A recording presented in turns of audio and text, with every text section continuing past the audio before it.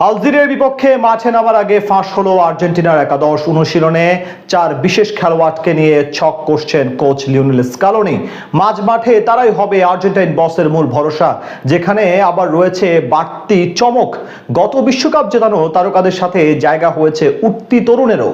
বলে একটা কথা প্রায় শোনা যায়, attack wins you matches and defence wins you title. তবে এখন প্রশ্ন আসতেই পারে, মিডফিল্ডের কাজ আসলে কি? যদি এক কথায় এর উত্তর বলি, তাহলে মিডফিল্ড পুরো দলের ব্যালেন্স ঠিক রাখে।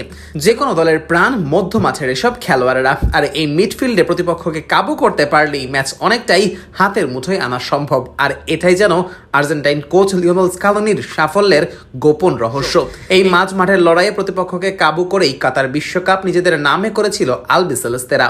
এবারও তাদের চোখ সোনালি এই ট্রফির দিকেই। টানা দ্বিতীয়বারের মতো বিশ্বকাপ জেতার মিশন নিয়ে মাঠে নামতে চলেছে লিওনেল স্কালোনির আর্জেন্টিনা। প্রথম ম্যাচেই আকাশী নীলদের প্রতিপক্ষ আফ্রিকান পরাশক্তি আলজেরিয়া। গতবার প্রথম ম্যাচে সৌদি আরবের বিপক্ষে হার দিয়ে আসর শুরু করা আলবিসেলেস্তেরা এবার অবশ্য রয়েছে বেশ সতর্ক।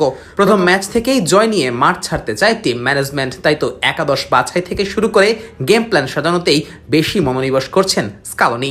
ইতিমধ্যেই আলজেরিয়ার বিপক্ষে ম্যাচে মাঝ মাঠে কাদের রাখবেন তার একটা ছোট্ট আভাসও দিয়ে রাখলেন বিশ্বকাপ জয়ী এই কোচ। অনুশীলনে মাঝ মাঠের দায়িত্বটা তুলে দিলেন 4 জনের হাতে, যেখানে অভিজ্ঞতার পাশাপাশি রয়েছে তারুণ্যের দুর্দান্ত মিশেল। প্রশ্ন হলো, কারা হচ্ছেন সেই 4 ফুটবলার যাদের কাঁধে তুলে দেওয়া হয়েছে আর্জেন্টিনার মাঝ মাঠের দায়িত্ব?